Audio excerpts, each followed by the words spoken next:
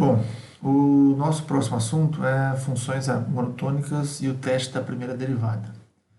Esse teste da primeira derivada, na verdade, ele nos diz se a função cresce ou se a função decresce. Então, para a gente poder falar dele, a gente primeiro precisa definir alguns conceitos, como, por exemplo, os conceitos de função crescente e decrescente.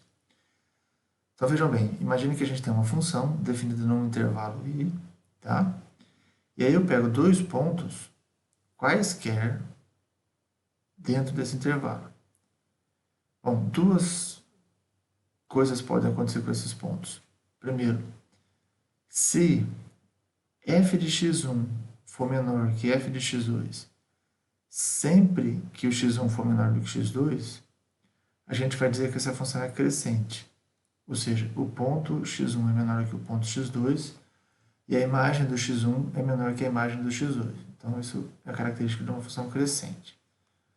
Por outro lado, se o f de x2 for menor que o f de x1, sempre que o x1 for menor do que o x2, então essa função é decrescente. Olhando para o gráfico, fica mais fácil de enxergar isso. x1 menor do que x2, f de x1 menor do que f de x2. A função cresce. Certo? Sempre que isso acontecer, a função vai crescer. Aqui eu tenho x1 menor do que x2, só que o x1 é maior do que o x2. Ou o f de x2 é menor que o f de x1.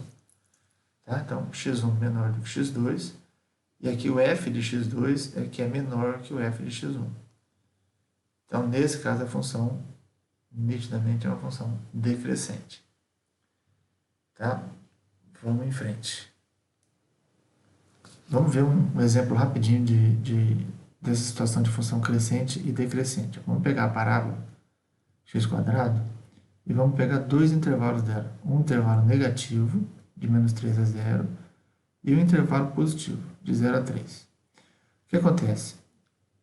Quando eu pego dois pontos, x1 e x2, nesse primeiro intervalo, no intervalo 1, obrigatoriamente, tanto o x1 quanto o x2 são valores negativos. E aí, o que acontece? Se eu pego o x1 menor do que x2 e elevo esses dois ao quadrado, por que eu estou elevando ao quadrado? Porque eles ao quadrado é a imagem da minha função que eu estou querendo verificar se ela cresce ou decresce.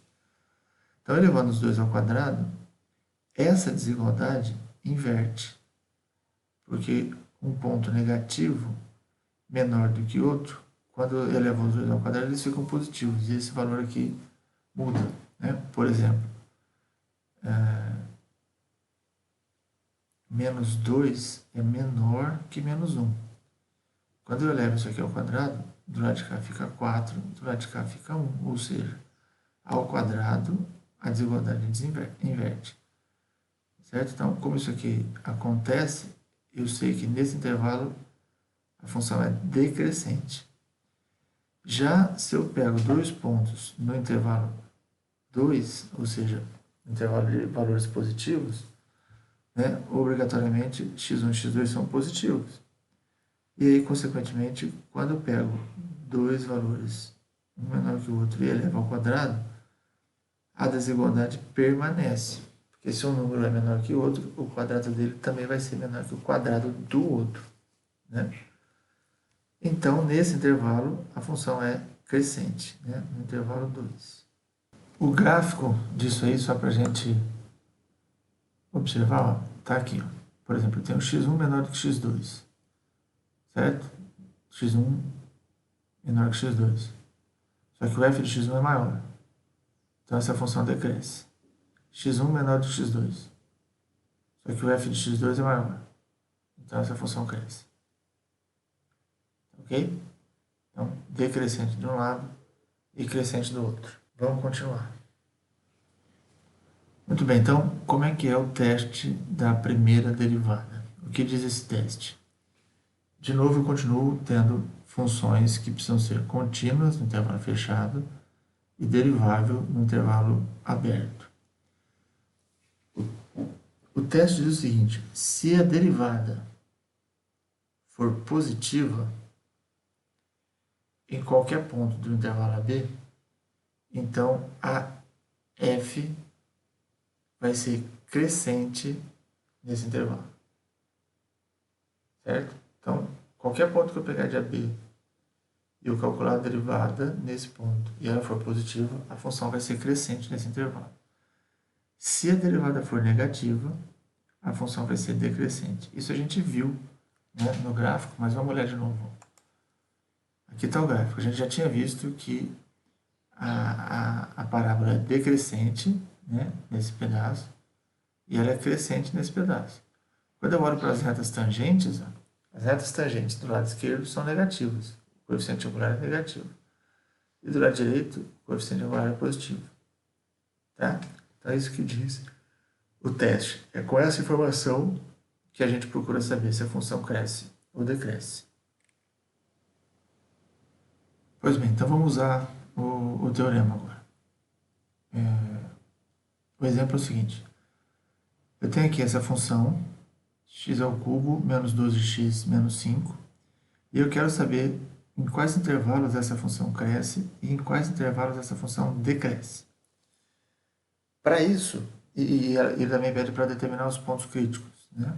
Justamente porque são eles que vão me dizer isso. Veja só, então a primeira coisa, igualo a derivada da função a zero para justamente encontrar os pontos críticos.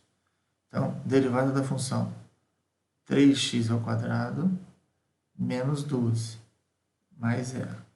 Então, 3x ao quadrado menos 12. Isso aqui eu vou igualar a zero, porque eu quero achar os pontos críticos. Resolvendo essa equação, eu chego à conclusão de que o x é mais ou menos 2. E eu vou usar os dois valores, porque os dois são solução da minha equação. Então, veja, aqui eu tenho dois intervalos, dois pontos que dividem minha reta em três intervalos. Tá? O que acontece? Veja só. Agora a gente vai calcular o valor da derivada em um ponto em cada um desses intervalos. Tá? A derivada a gente já conhece, que é essa aqui. A gente vai pegar essa função e aplicar em pontos dos intervalos que a gente encontrou. Então, por exemplo, eu pego o menos 3 aqui. Então, o primeiro ponto está associado com esse primeiro intervalo aqui. Esse ponto, a derivada no menos 3 é 15, que é positivo. Então, nesse intervalo, a função cresce.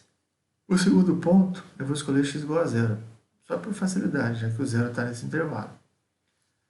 O f' de zero é menos 12, que é negativo. Então, a função decresce. E o 3, eu vou escolher, no intervalo 3, eu vou escolher o ponto 3. Por que o ponto 3? Porque ele tem a mesma imagem do menos 3. Então, no f' de 3, é o mesmo valor do f' de menos 3. Então, ali é 15, que também vai ser 15, e 15 é maior que zero. Ou seja, a função volta a ser crescente. Vamos ver, então, ó, o que acontece aqui. Ó. Nesse primeiro intervalo, a função cresce. Nesse segundo intervalo, a função decresce. Nesse terceiro intervalo, a função cresce. Se a gente observar, essa mudança de sinal da função acontece justamente nos pontos críticos. Então, se ela está subindo aqui e descendo aqui, nesse ponto menos 2, eu tenho um ponto de máxima. E se ela desce e sobe nesse 2, eu vou ter um ponto de mínimo. Vamos ver como é que fica isso. Bom, aplicando o teste para extremos locais, ele parece um teste bastante complicado, porque ele é todo escrito, mas é bem intuitivo o que acontece aqui. Então, veja só, eu tenho C como sendo um ponto crítico da minha função.